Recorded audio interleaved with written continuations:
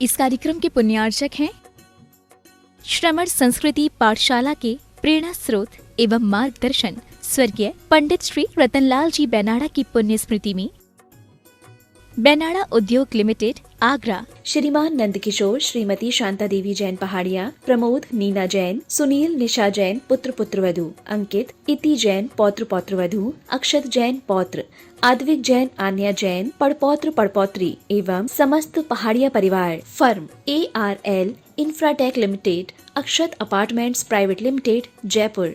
श्रीमान नरेंद्र कुमार जी, श्रीमती पुष्पा देवी जी, श्रीमान सुरेश कुमार जी, श्रीमती ललिता देवी जी, श्रीमान प्रदीप कुमार जी, श्रीमती मंजू देवी जी, श्रीमान अनिल कुमार जी, श्रीमती संजू देवी जी, रेहाबाड़ी गुवाहाटी असम। श्रीमती पुष्पा देवी मुशरफ, धर्मपत्नी स्वर्गीय श्री भागचंद जी मुशरफ, पुत्र एवं पुत्रवधू श्री अरुण श्रीमती अमिता मुशरफ, पौत्र एवं पौत्रवधू श्री अंकेश श्रीमती इति जैन, पौत्री पयांशी जैन, प्रपौत्र अव्यान जैन एवं समस्त मुशरफ परिवार, देवनगर जयपुर राजस्थान। स्वर्गीय श्री नेमचंद जैन जी की पुण्य स्मृति में श्रीमती शशिबाला जैन जी, पुत्र एवं पुत्रवधू श्री निखिल जैन जी, श्रीमती शालिनी जैन जी, पौत्री एवं पौत्र निमिषा जैन, शरण्या जैन।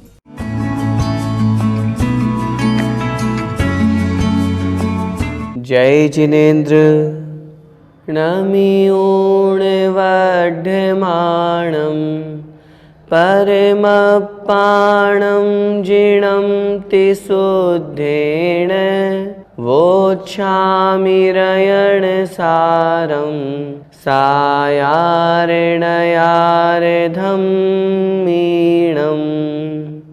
पंच परमेष्ठी भगवान की जय।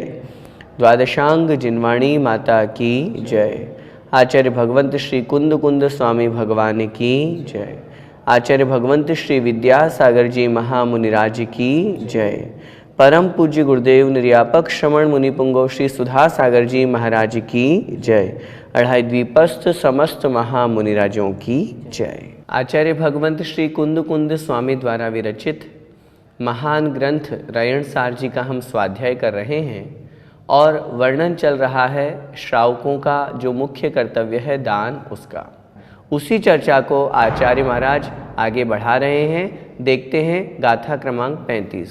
गद हथ पाद नासिय कर्ण उरंगुल विहीण दिठिये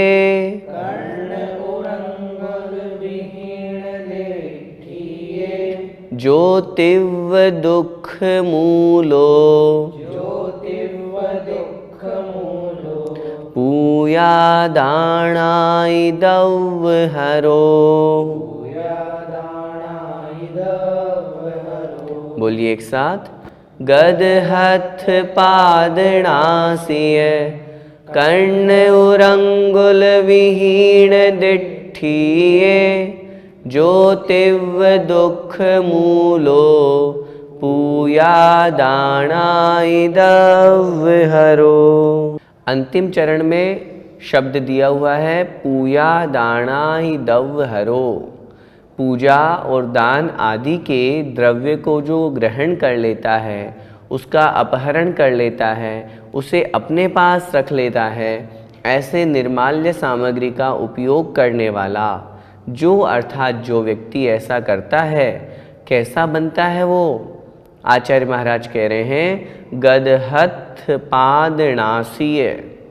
गद माने रहित, किस किस से रहित? हथ माने हाथों से, पाद अर्थात पैरों से, नासी अर्थात नासिका नाक से, और साथ में कर्ण उरंगुल, कर्ण अर्थात कान से, और उर अंगुल शब्द निकलेगा। उर माने छाती वक्षस्थल और अंगुल अर्थात अंगुलियां आदि। जो पूजन का और दान का द्रव्य अपहरण करता है, ऐसा वह व्यक्ति हाथ पैर नाक कान वक्षस्थल और अंगुलियां आदि से रहित होता है। अर्थात उसके अंग उपांग पूरे प्राप्त उसे नहीं होते, और कदाचित हो भी जाए तो किसी कारण से किसी निमित्त से वो कट जाते हैं। साथ में कह रहे हैं विहीण दिठिये, दृष्टि से भी वो विहीन होता है।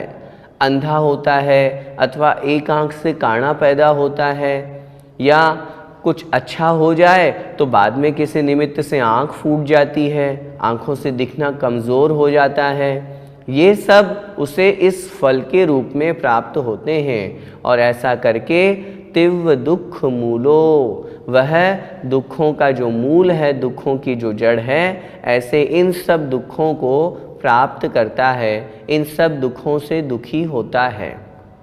क्यों दुखी होता है? क्योंकि उसने कर्म ही ऐसा किया है। आचार्य महाराज इस गाथा के माध्यम से हमें सचेत कर रहे हैं, हमें सावधान कर रहे हैं। हमें ऐसा काम नहीं करना जिससे हमें संसार में दुख उठाना पड़े, हम लूले लंगड़े पैदा हों, हमें आँखों से दिखना बंद हो जाए, हमें कानों से सुनना बंद हो जाए, हमारी दृष्टि कमज़ोर पड़ जाए, हमें दुख ही दुख उठाने पड़े। हम क्यों ऐसा काम करें? हमने पहले भी आपसे निवेदन किया, पूज्य गुरुदेव सुधा सागर महाराज जी बहुत स्पष्ट कहते हैं। वो कहते हैं चाहे भूखे मर जाना वो मंजूर होना चाहिए, लेकिन कभी भी धर्म का पैसा खुद खाना नहीं, न खुद को खाना न दूसरों को प्रेरित करना। कृत कारित अनुमोदना से निर्माल्य द्रव्य सामग्री के उपयोग से हमें दूर होना चाहिए। हम स्वयं विचार करें, जब चढ़ाई हुई सामग्री में हाथ गलती से लग जाता है तो हम हाथ धोते हैं। ये बात किसी शास्त्र में लिखी नहीं है, न हमें कहीं पढ़ने को मिली कि हाथ धोना चाहिए। ये अपनी एक लोक व्यवहार समाज में परंपरा है। जब हमने देखा तो हमें ये विचार आया, उसका कारण ये है क्योंकि वो निर्माल्य हो गई, चढ़ा दी हमने भगवान को, इसलिए अब हमारे मन में ये भाव आया कि उसको छूना भी पाप है, इसलिए गलती से छू लिया तो हमने हाथ धो लिया।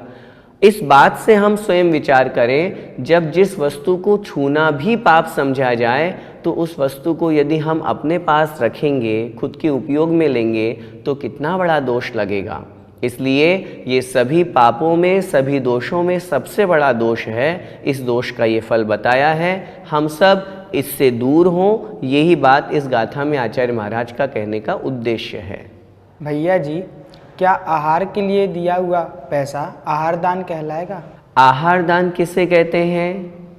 मुनि महाराज को या चतुर्विद संघ को निर्दोष रीति से, मुनि महाराज है तो नवधा भक्ति से, अन्य और कोई है तो उनकी यथा योग्य भक्ति करते हुए उन्हें आहार प्रदान करना, निर्दोष पूर्ण शुद्ध आहार देना आहार दान कहलाता है। लेकिन अगर हम आहार में पैसा देंगे तो भोजन के रूप में पैसा तो ग्रहण नहीं होता ना। हमने तो पैसा दे दिया और हम सोचे कि हमें आहार दान का पुण्य लग जाएगा, तो ऐसा नहीं हो सकता।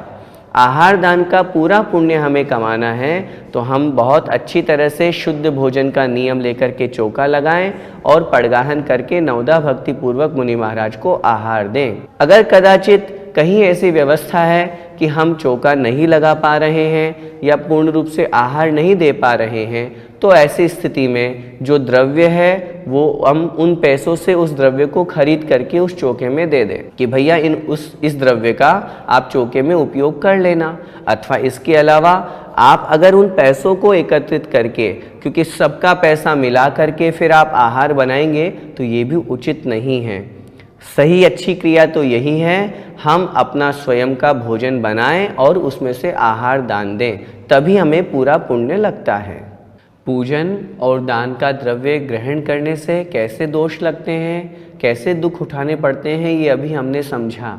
इसके अलावा अगली गाथा में आचार्य महाराज कह रहे हैं, संसार में ऐसा करने से देखो किस किस तरह के रोग होते हैं। आइए देखते हैं। खय कुट मूल सूला, खय कुठ मूल सूला, लूय भयंदर जलोय रिखिसिरो, लूय भयंदर जलोय रिखिसिरो, सीदुण्ण वाहिराई, सीदुण्ण वाहिराई, पूयादानन्तरायकं फलम्, पूयादानन्तरायकं फलम्। बोलिए एक साथ। खय कुट मूल सूला, लूय भयंदर जलोय रिखिसिरो, सेदुन्नवाहिरायि पूयादानन्तरायकं फलम्। गाथा का शब्दार्थ देखते हैं। क्षय कुट्ट मूल सूला। क्षय अर्थात क्षय रोग, टीबी जिसे हम कहते हैं। कुष्ठ अर्थात कुष्ठ रोग। मूल सूला, मूल और सूल रोग। इसके अलावा लूय भयंदर जलो यरक्षि सिरो। लूय अर्थात लूता रोग, एक वायु का प्रकोप जहाँ होता है उसे लूता रोग कहते हैं। भयंदर अर्थात भगंदर रोग। जलोयरक्षी, जलोयरक्षी, जलोयर अर्थात जलोदर रोग। अक्षी अर्थात आँखों का रोग, नेत्र का रोग, मोतियाबिंद आदि। और सिरो अर्थात सिर का रोग, शिरोवेदना आदि, माइग्रेन आदि। ये इस पंक्ति में संसार में जो बड़े बड़े महान महान रोग होते हैं उनकी चर्चा है। ये ऐसे रोग, चाहे वो क्षय रोग हो, चाहे कुष्ठ रोग हो, चाहे मूल का रोग हो, चाहे शूल रोग हो, चाहे लूय अर्थात लूता वायु का प्रकोप रूप रोग हो, या फिर भयंदर रोग हो, जलोदर रोग हो, नेत्र का रोग हो या सिर का रोग हो। इसके अलावा सीदुन्न वाहिरादि, सीद उन्न शीत और उष्ण, शीत का रोग हो, शीत का प्रकोप हो, और उन्न अर्थात उष्ण, गर्मी में बुखार आदि, इस तरह का आदि आदि।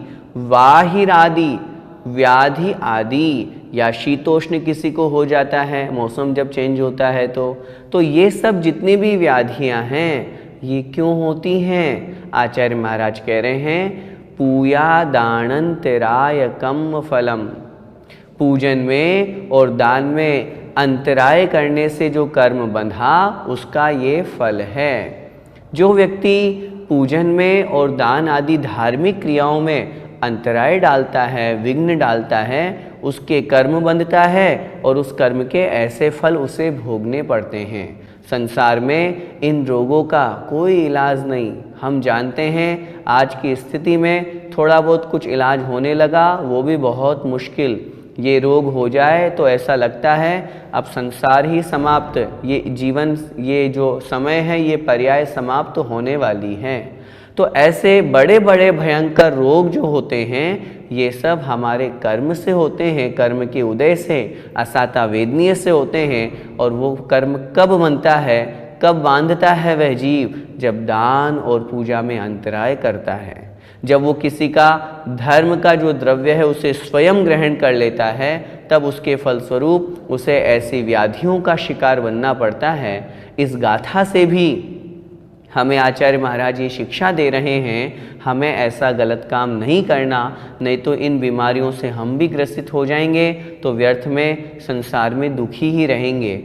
बड़े पुण्योदय से ये मनुष्य पर्याय मिली है। हम कहते भी हैं पहला सुख निरोगी काया।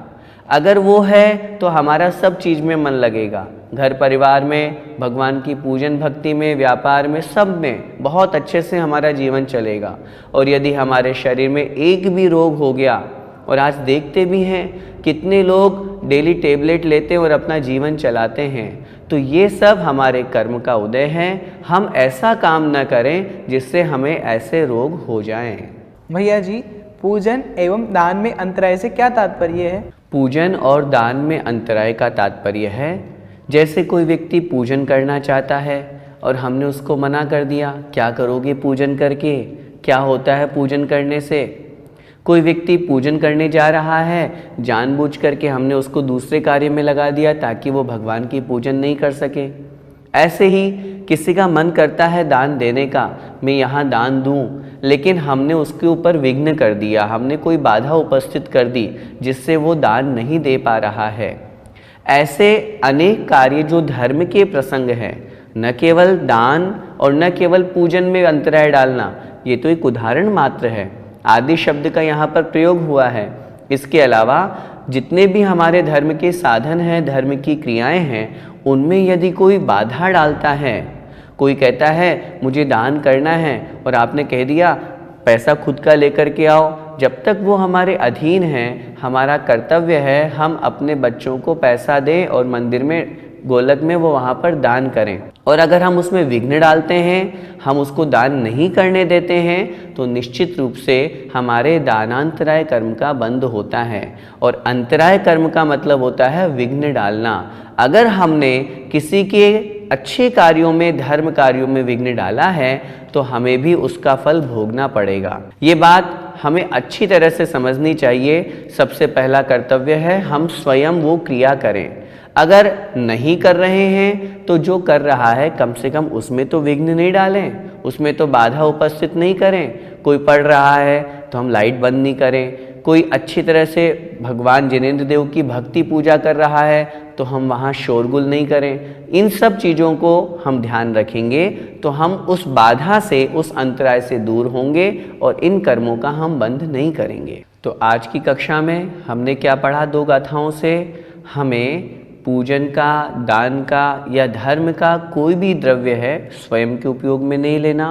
यदि उपयोग में लेंगे तो हमें निर्माल्य का दोष लगेगा। और जो हमने पढ़ा, शरीर के अंग भंग हो जाते हैं। जो उपांग है, हमारी अंगुलियां, हाथ, पैर, नाक, कान आदि, इनसे रहित होकर के जन्म होता है। कौन चाहता है कि हम विकलांग हो? इसके अलावा हमने जो दूसरी गाथा पढ़ी, शरीर अच्छा मिल भी गया तो कोई ऐसे रोग हो गए जिससे पूरा जीवन खराब हमारा हो गया। हम धर्म करना भी चाहें तो भी नहीं कर सकते, पूजन करना चाहें, अभिषेक करना चाहें तो भी नहीं कर सकते। तो ये ऐसे रोग क्यों होते हैं? जब हम निर्माल्य का भक्षण करते हैं, जब हम धर्म का पैसा खा जाते हैं, जब हम जिस निमित्त से पैसा दिया गया है धर्म कार्य में लगाने के लिए, उसे अपने उपयोग में ले लेते हैं, तब हमें ऐसे फल प्राप्त होते हैं। कौन चाहता है ऐसा कि हम ऐसे रोगी बने? हम नहीं चाहते ना। तो इसलिए हमें निर्माल्य से दूर होना है। जो चढ़ा दिया वो चढ़ गया, अब उस पर हमारा कोई अधिकार नहीं।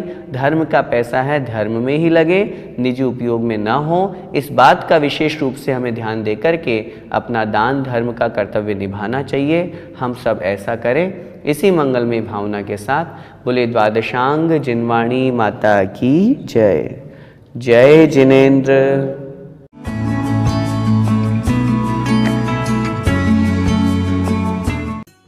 इस कार्यक्रम के पुण्यार्चक थे श्रमण संस्कृति पाठशाला के प्रेरणा स्रोत एवं मार्गदर्शन स्वर्गीय पंडित श्री रतनलाल जी बेनाड़ा की पुण्य स्मृति में बेनाड़ा उद्योग लिमिटेड, आगरा। श्रीमान नंदकिशोर, श्रीमती शांता देवी जैन पहाड़िया, प्रमोद, नीना जैन, सुनील, निशा जैन पुत्र पुत्रवधू, अंकित, इति जैन पौत्र पौत्रवधू, अक्षत जैन पौत्र, आद्विक जैन, आन्या जैन पड़पौत्र पड़पौत्री एवं समस्त पहाड़िया परिवार, फर्म ARL इंफ्राटेक लिमिटेड, अक्षत अपार्टमेंट्स प्राइवेट लिमिटेड, जयपुर। श्रीमान नरेंद्र कुमार जी, श्रीमती पुष्पा देवी जी, श्रीमान सुरेश कुमार जी, श्रीमती ललिता देवी जी, श्रीमान प्रदीप कुमार जी, श्रीमती मंजू देवी जी, श्रीमान अनिल कुमार जी, श्रीमती संजू देवी जी, रेहाबाड़ी, गुवाहाटी, असम। श्रीमती पुष्पा देवी मुशरफ, धर्मपत्नी स्वर्गीय श्री भागचंद जी मुशरफ, पुत्र एवं पुत्रवधू श्री अरुण श्रीमती अमिता मुशरफ, पौत्र एवं पौत्रवधू श्री अंकेश श्रीमती इति जैन, पौत्री पयांशी जैन, प्रपौत्र अव्यान जैन एवं समस्त मुशरफ परिवार, देवनगर, जयपुर, राजस्थान। स्वर्गीय श्री नेमचंद जैन जी की पुण्य स्मृति में श्रीमती शशिबाला जैन जी, पुत्र एवं पुत्रवधू श्री निखिल जैन जी, श्रीमती शालिनी जैन जी, पौत्री एवं पौत्र निमिषा जैन, शरण्या जैन।